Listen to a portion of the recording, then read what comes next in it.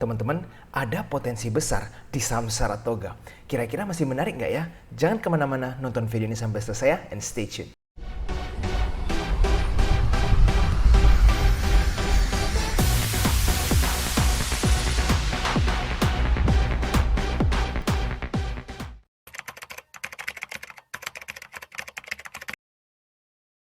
Oke teman-teman, jadi di video hari ini kita akan langsung membahas ya potensi tersembunyi di saham Saratoga. Dan di video hari ini saya juga akan membahas ada sebuah sektor yang menurut saya sangat menarik karena performance-nya ini hampir semua sahamnya terjadi pertumbuhan. Kira-kira apa? Yuk langsung saja kita mulai.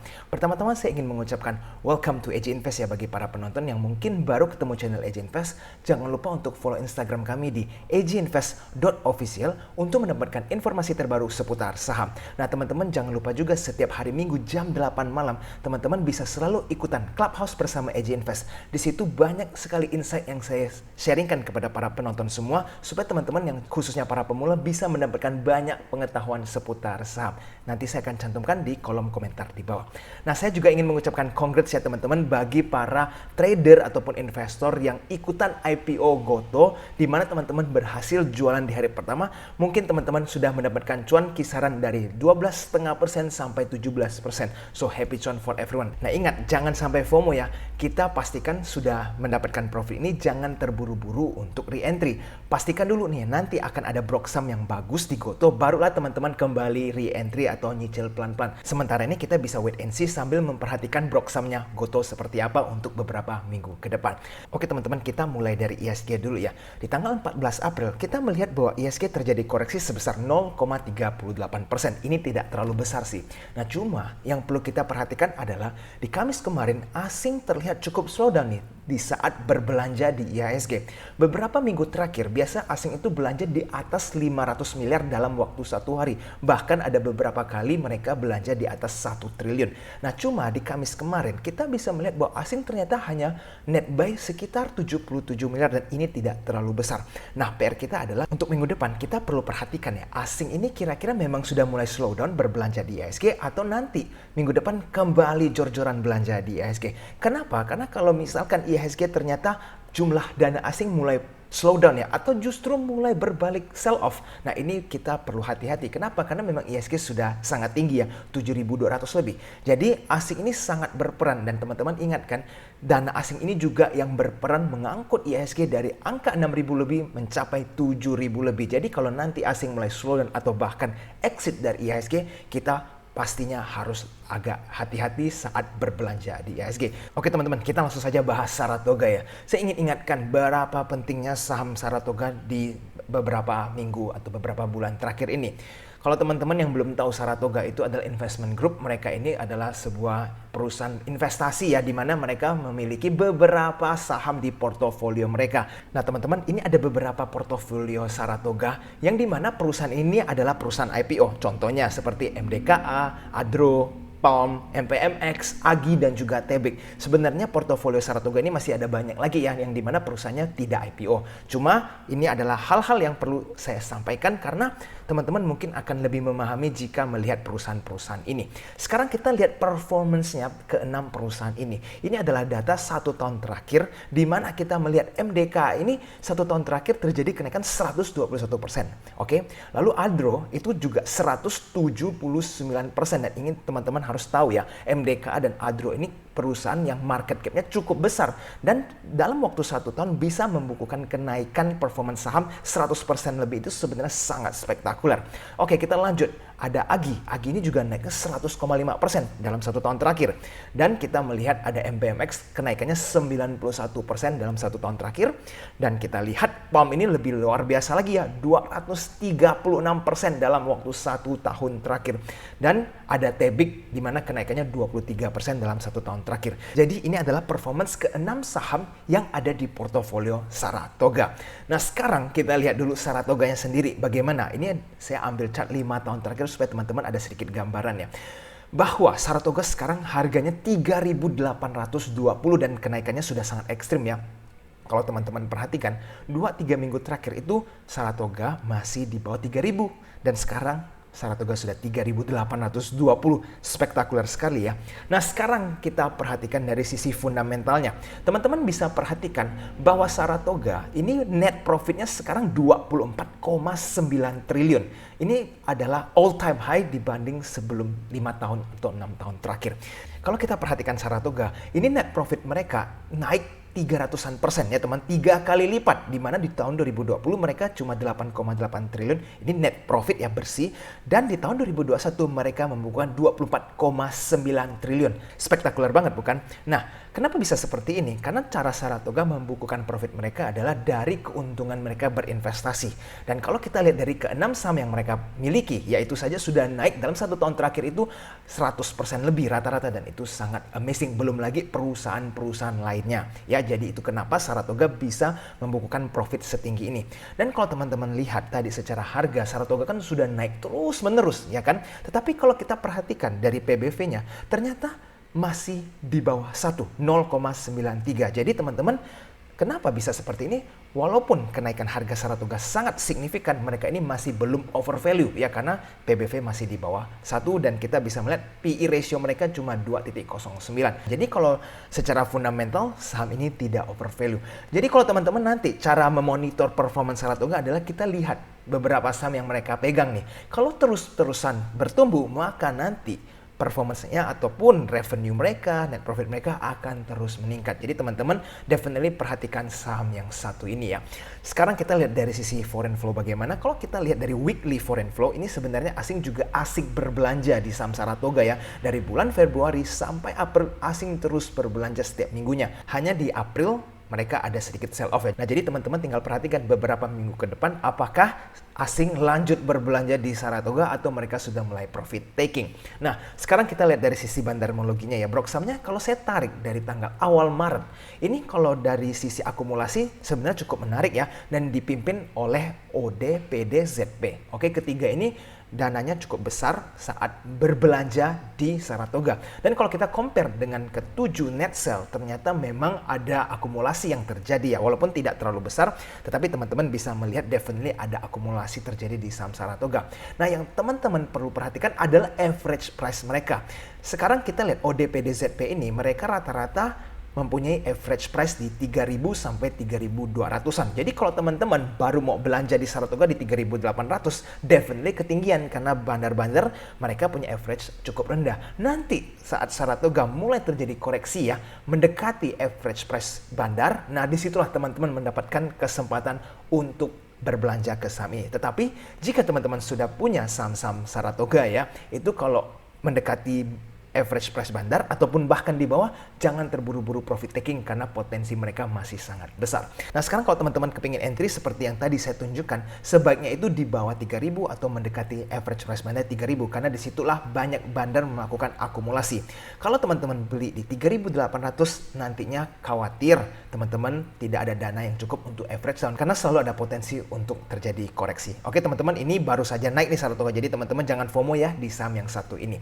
Nah teman-teman, sebelum saya lanjut membahas sektor yang menarik, jika teman-teman merasa video ini bermanfaat, jangan lupa ya untuk tekan tombol like-nya dan subscribe channel EJ Invest supaya video ini bisa tersebar lebih ke banyak penonton lainnya. Oke, langsung saja kita lanjut, yaitu sektor komunikasi ya teman-teman, di mana kita tahu ada 4 perusahaan yang bergerak di bidang telecommunication ya. Ada Telkom, XL, Indosat, dan juga Friend.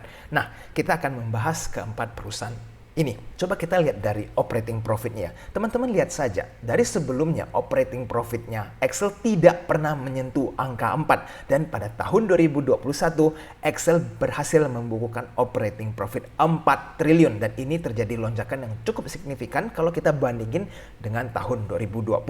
Nah, sekarang kita juga bisa melihat ya, dari sisi net profit atau keuntungan bersih mereka 1,3 triliun. Belum pernah nih sebelumnya Excel mampu membukukan net profit sebesar ini. Jadi, this is very amazing. kalau kita lihat dari sisi performance income statement mereka.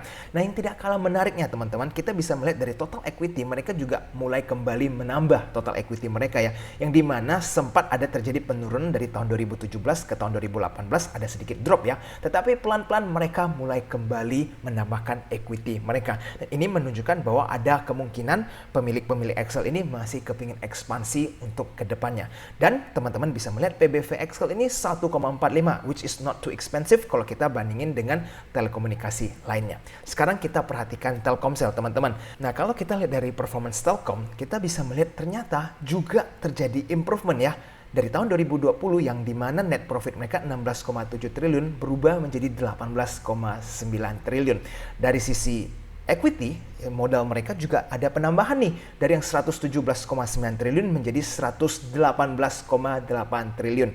Dan teman-teman bisa melihat ya, Telkom ini diborong asing terus sehingga sahamnya ini yang dari 3 ribuan menjadi sekarang 4.680 perusahaan yang satu ini sebenarnya sangat spektakuler. Nah, kita lanjut ke ISAT ya, atau Indosat.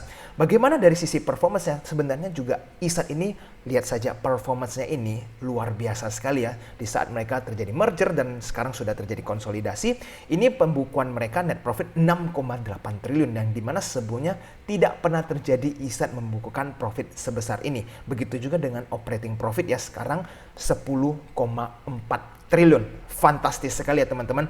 Nah, sayangnya kalau kita lihat dari sisi total equity ada sedikit penurunan ya. Di tahun 2020 mereka 12,9 triliun, tetapi di tahun 2021 ada sedikit penurunan menjadi 10,3 triliun. Oke, sekarang kita lanjut ke Friend. Nah, teman-teman, saham yang satu ini kita bisa melihat ini ada sedikit perbedaan ya kalau kita bandingin dengan yang lainnya, di mana yang lain rata-rata untung, tetapi Friend ini masih rugi dan ruginya masih lumayan. Nah, tetapi yang menarik adalah kerugian mereka lama-lama semakin mengecil. Artinya apa? Mereka ada terjadi perbaikan dari sisi performance mereka yang dimana tahun 2020 itu kerugian mereka 1,5 triliun. Tetapi di tahun 2021 kerugian mereka sisa 435 miliar. Dan ini perbaikan yang sangat fantastis ya. Jadi teman-teman, untuk Friend ini, kalau mereka terus terjadi perbaikan atau improvement dengan rate secepat ini, maka dalam waktu 1 tahun saja mereka bisa menjadi positif ya, menjadi net profit. Nah, inilah yang kita tunggu-tunggu. Kalau teman-teman yang suka dengan saham Friend ini, pastikan kalau mereka performance-nya on track, yang lama-lama dari negatif berubah menjadi positif. Dan kalau dari sisi total equity ada terjadi peningkatan ya, walaupun tidak terlalu signifikan. Hanya sayangnya short term borrowing mereka juga ada kenaikan dari yang 8,4 triliun menjadi 9,6 triliun. Dan ini menunjukkan bahwa memang hutang Friend ini cukup besar. Dan kalau dari sisi PBV juga, PBV-nya di 2.14 ya. Kalau kita bandingin dengan tahun lalu, ada terjadi kenaikan yang cukup besar. Karena di tahun 2020 harga saham Friend waktu itu masih 67, dan sekarang di tahun 2021 sahamnya sudah di harga 88. Oke teman-teman, saya ada membuat sebuah tabel ya, di mana saya mencoba memberikan ranking keempat perusahaan ini berdasarkan beberapa kriteria. Ada dari PBV, equity, PE ratio, hutang, market share, total akumulasi ya. Jadi saya mencoba memberikan angka 1 sampai 4, di mana angka 1 itu the best dan angka 4 itu yang paling belakang. Nah, contohnya seperti ini. Excel PBV saya memberikan angka 1. Kenapa? Karena dari sisi PBV Excel paling murah, dan Telkom 4 karena memang harga Telkom paling premium. Lalu berikutnya juga sama equity. Dari sisi equity Telkom paling besar dan Friend yang paling kecil. Dan saya memberikan sistem ranking ini, teman-teman boleh pause untuk pelajari, di mana hasil akhirnya Excel mendapatkan angka paling kecil, which mean Excel may be the best choice buat teman-teman pilih dari keempat perusahaan ini. Dan saya memberikan ada komen tambahan untuk keempat perusahaan ini ya, di mana Excel menurut saya ini memang have the best score dari sisi fundamental ya, karena performance mereka cukup signifikan, kenaikan mereka, growth mereka itu spektakuler, dan juga PBV mereka masih cukup murah. Dan kalau Telkom ini karena mereka adalah market leader ya, mereka masih tetap menjadi market leader, dan mereka juga terasosiasi dengan Goto, dan kalau nanti performance Goto naik, Telkom akan significantly improving, dan asing sangat suka dengan saham yang satu ini. Lalu ada ISAT nih teman-teman.